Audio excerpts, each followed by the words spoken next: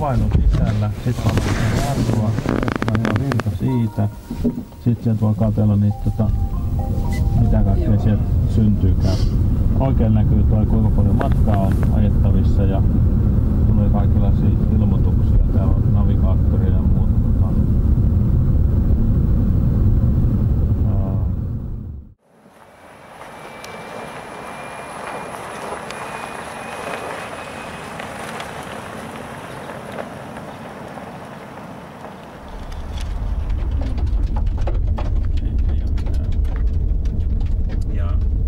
Lämmitys voi laittaa päälle ja istuinlämmitys on, niin kylmä ei tuu.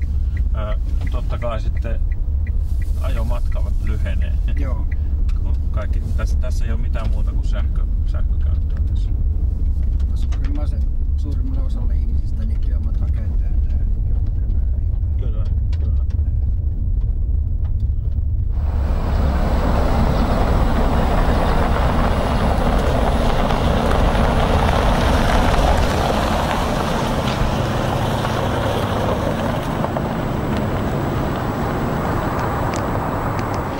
Tää on Type 1.